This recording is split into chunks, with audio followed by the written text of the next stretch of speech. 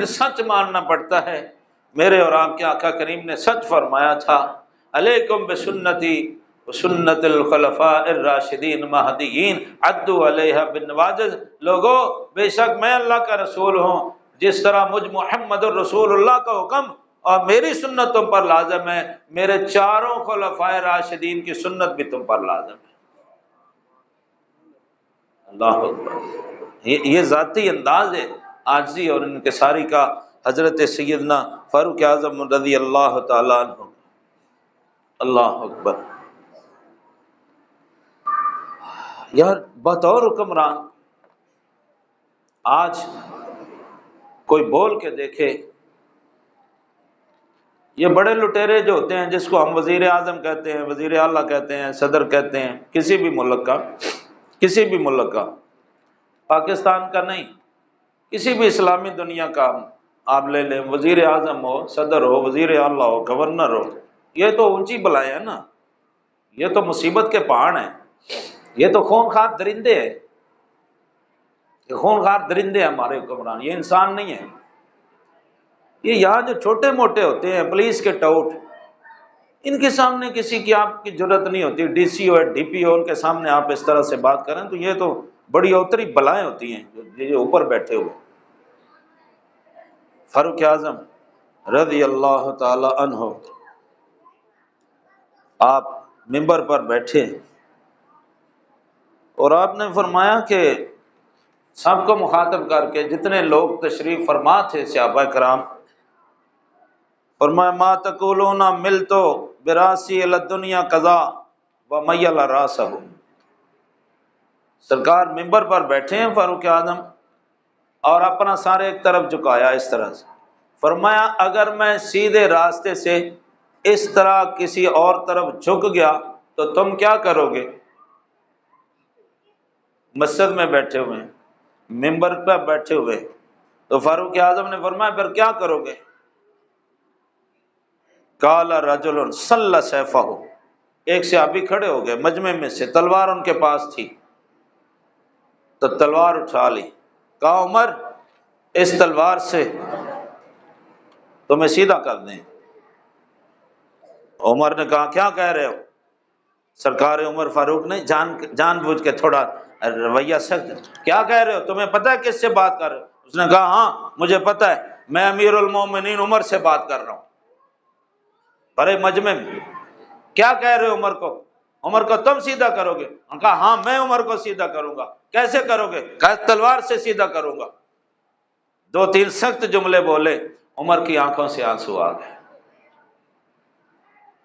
کہتے یا اللہ تیرا شکر ہے تیرے بندوں میں عمر کو سیدھا کرنے والے بندے بھی موجود ہیں۔ اللہ اللہ اللہ اللہ، یار کیا کمال تھا ان لوگوں میں،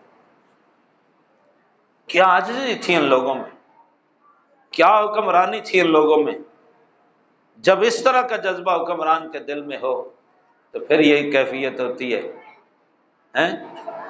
ایک پہاڑ کی غار سے اچانک آگ نکل آئی، اس نے بڑے کھیت جلا دیے، کو باغ بھی جلا دیے، بڑی مٹی اس پر ڈالی، پانی ڈالا، وہ آگ آگے ہی آ رہی ہے، آگے آ رہی ہے اور پھیلتی جا رہی ہے، کتنی اس نے تباہی مچا دی۔ بندہ دوڑا ہوا مدینہ شریف میں آیا، حضرت آگ لگ گئی ہے، وہ رکتی نہیں ہے، پانی بھی ڈالا ہے، مٹی بھی ڈالی ہے، نہیں رک رہی۔ عمر کے اوپر جو چادر تھی اپنے سر سے چادر اتاری اور کہا جاؤ یہ چادر آگ کو دکھاؤ۔ کہا عمر بن خطاب کہہ رہا ہے کہ واپس چلی جا جہاں سے نکلی ہے۔ جانے والے نے جا کے آگ کے سامنے چادر کی اور کہا یہ عمر کی چادر ہے، جہاں سے آئی ہے وہیں چلی جا۔ پلک جھپکنے میں جہاں سے آگ نکلی تھی وہیں جا کے بند ہو گئی ہے کہ عمر کا حکم آ گیا۔ کیوں؟ کہ عمر حکمران ہے اور وہ اللہ تعالیٰ کے حکم کی خلاف ورزی نہیں کرتا، اس لیے عمر کا حکم ہر چیز مانتی ہے۔ آگ کو کیا پتا عمر کون ہے، پانی کو کیا پتا کہ عمر کون ہے۔ اللہ اکبر اللہ اکبر۔ آج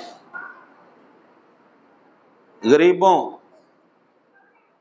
اور محتاجوں اور بیوہ عورتوں کے لیے مختلف حکومتوں کے مختلف پروگرام ہوتے ہیں، ان کے نام ہوتے ہیں غریبوں کا تعاون کرنے کے۔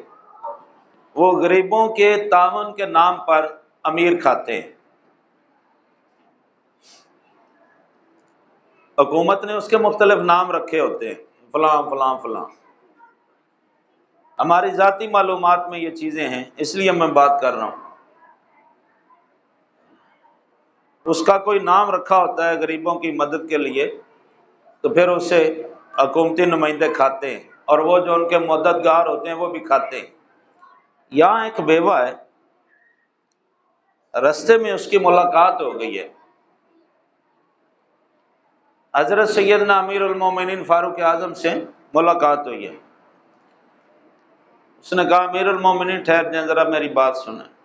رک گئے، فرمایا میں فلاں کی بیٹی ہوں، فلاں کی بیوی ہوں، میرا خامد جہاد میں شہید ہو گیا ہے، بچے میرے چھوٹے چھوٹے ہیں، زمین کوئی نہیں ہے، کوئی باغ باغیچہ کوئی نہیں، کوئی ذریعہ آمدن کوئی نہیں ہے، اور میرے رشتہ داروں میں کوئی ایسا نہیں ہے، میرے خامد کے رشتہ داروں میں کوئی ایسا نہیں ہے جو میرے بچوں کی پرورش کر سکے۔ آپ امیر المومنین ہیں، یار اوپر کوئی بندہ ہے تو ان بچوں کو چپ کرا دے ذرا۔ اوے بچوں چپ کرو یار، کیا تم نے منڈی لگا رکھی ہے، پیچھے ہو جاؤ، پیچھے ہو جاؤ سارے بچے۔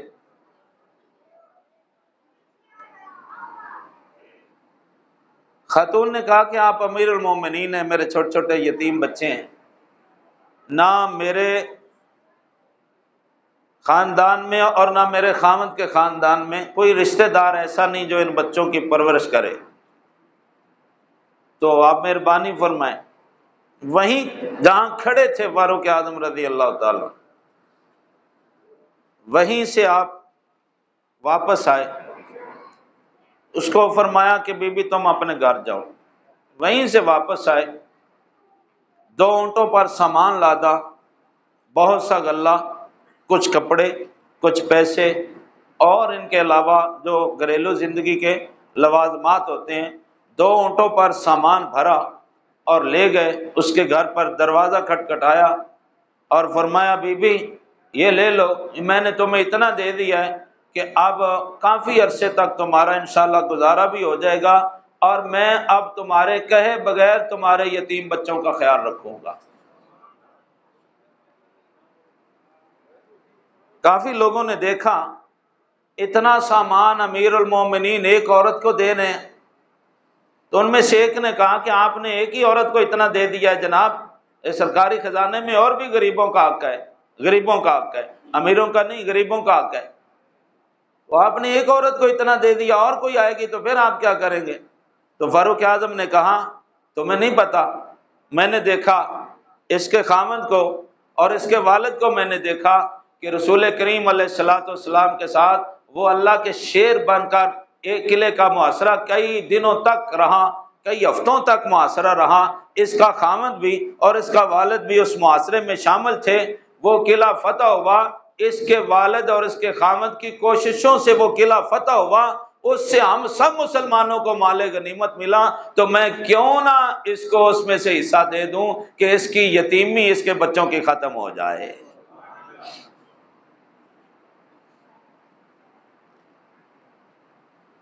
ہمارے گاؤں میں ایک خاتون ہے، بہت غریب ہے، اس کا خامد انتہائی معمولی کوئی روزگار کماتا ہے، ان کے 6-7 بچے ہیں۔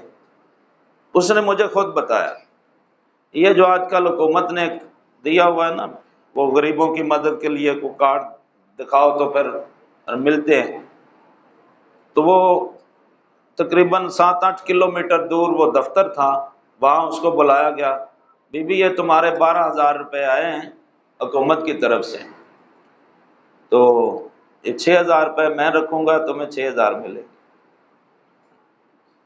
میں مسجد میں باوضو بیٹھا ہوں، اس خاتون نے خود مجھے بتایا، میں نے کسی سے نہیں سنا، اس نے کہا قاری صاحب یہ میرے لیے 12,000 روپے آئے تھے، تو وہ جو دینے والے صاحب تھے سرکاری افسر، انہوں نے کہا بی بی یہ 6,000 ملیں گے، 6,000 میرے ہوں گے، اگر لینے ہیں تو سائن کرو، سائن تمہیں 12,000 روپے کرنے پڑیں گے کہ میں نے 12,000 لیا ہے، اگر تم سے کوئی میرے علاوہ کوئی سرکاری نمائندہ پوچھے گا تو تم نے 12,000 بتانا ہے، لیکن یہ 6,000 ملے گا تب پہلے تم یہاں سائن کرو، 6,000 میں لوں گا، 6 تمہیں ملے۔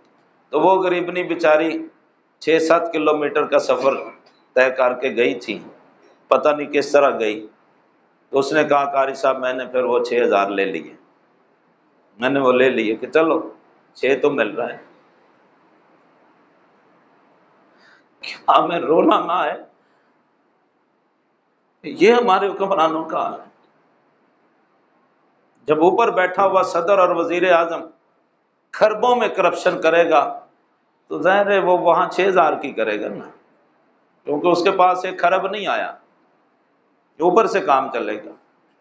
اس لیے فاروق اعظم کسی پولیس والے کو گرفتار نہیں کرتے تھے، کسی ایس ایچ او کو گرفتار نہیں کرتے تھے، جس کے صوبے میں اس طرح کا کام ہوتا تھا نا اس وزیر اعلیٰ کی گردن پکڑتے تھے، وزیر اعلیٰ کی گردن پکڑتے تھے، تم وزیر اعلیٰ تمہارے صوبے میں یہ کیوں ہوا ہے؟ کسی پولیس افسر کو کبھی آپ نے معطل نہیں کیا، کسی کو سزا نہیں دی، تم نے رشوت دی، تم نے یہ کیا ہے، تم نے یہ کیا ہے، وزیر اعلیٰ کو۔ اور ایک مرتبہ ایسا بھی ہوا کہ وزیر اعلیٰ صاحب کو وزارت اعلیٰ سے اتار کر بکریوں کا ایک ریوڑ دے دیا، فرمایا تم یہ بکریاں چرایا کرو۔ اور وزیر اعلیٰ کی جرت نہیں تھی کہ وہ کہے کہ جی میں وزیر اعلیٰ ہوں، مجھے بکریوں کا چرواہا بنا دیا ہے، فاروق اعظم کا حکم تھا۔ آج چوک میں کھڑے ہوئے پولیس والے کو تو معطل کر دیتے ہیں، اور شاید اس میں یہ بھی وجہ ہو کہ صاحب کو اس نے آج کی دیہاڑی نہیں پہنچائی۔ یہ سیدنا امیر المومنین فاروق اعظم رضی اللہ تعالی عنہ، اللہ اکبر اللہ اکبر۔ اور میں آخری بات کر دوں حضرات،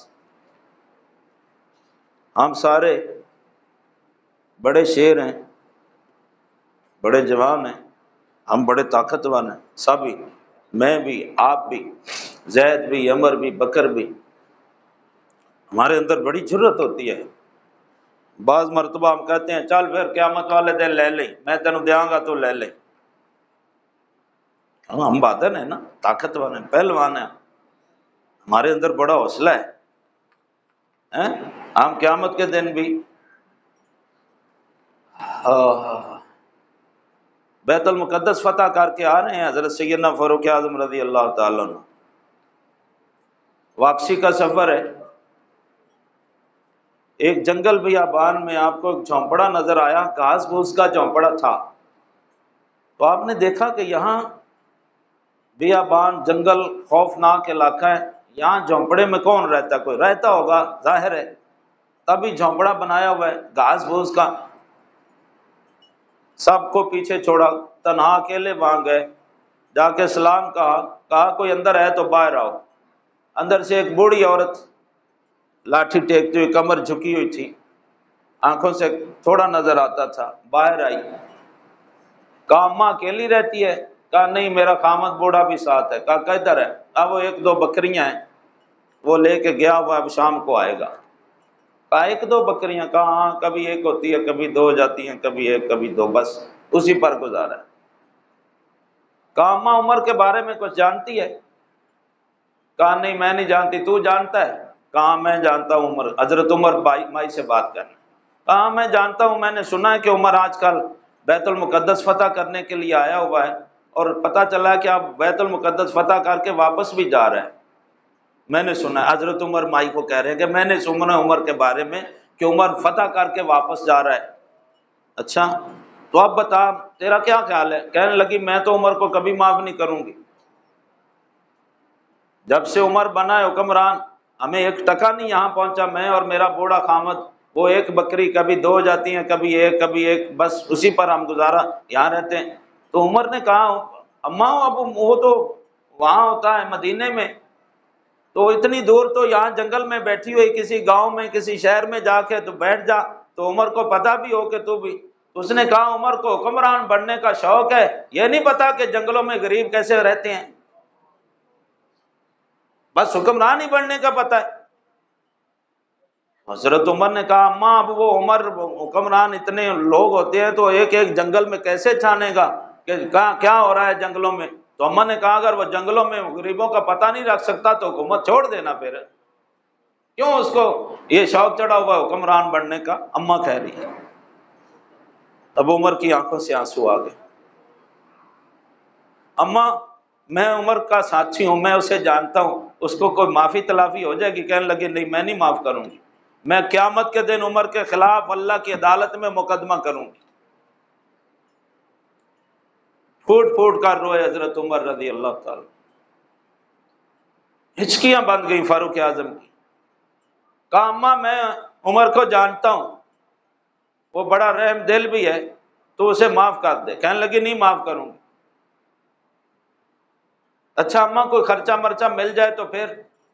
کہنے لگی نہیں نہیں اب میں نہیں لوں گی۔ اوپر سے کافی دیر ہو گئی، گرمی تھی، دھوپ بھی دوپہر کا وقت تھا۔ حضرت عبداللہ بن مسعود اور حضرت مولا علی پاک پیچھے کھڑے ہوئے دیکھ رہے تھے، وہ آ گئے، انہوں نے آ کے کہا السلام علیکم یا امیر المومنین۔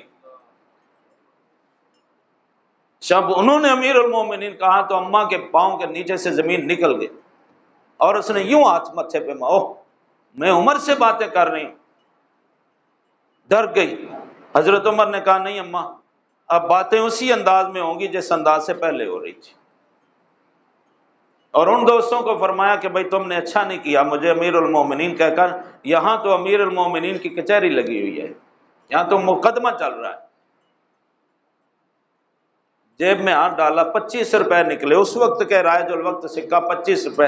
کہا اماں آج یہ 25 روپے لے لے اور مجھے لکھ دے کہ کیا اب انہوں نے بتا دیا، ورنہ میں نے تجھے بتانا نہیں تھا، اب انہوں نے بتا دیا کہ عمر میں ہوں، اب میں تجھ سے معافی مانگتا ہوں، یہ 25 روپے لے لے اس بات کے لیے کہ قیامت کے دن تو عمر کے خلاف اللہ کی بارگاہ میں مقدمہ نہیں کرے گی، لکھ دے۔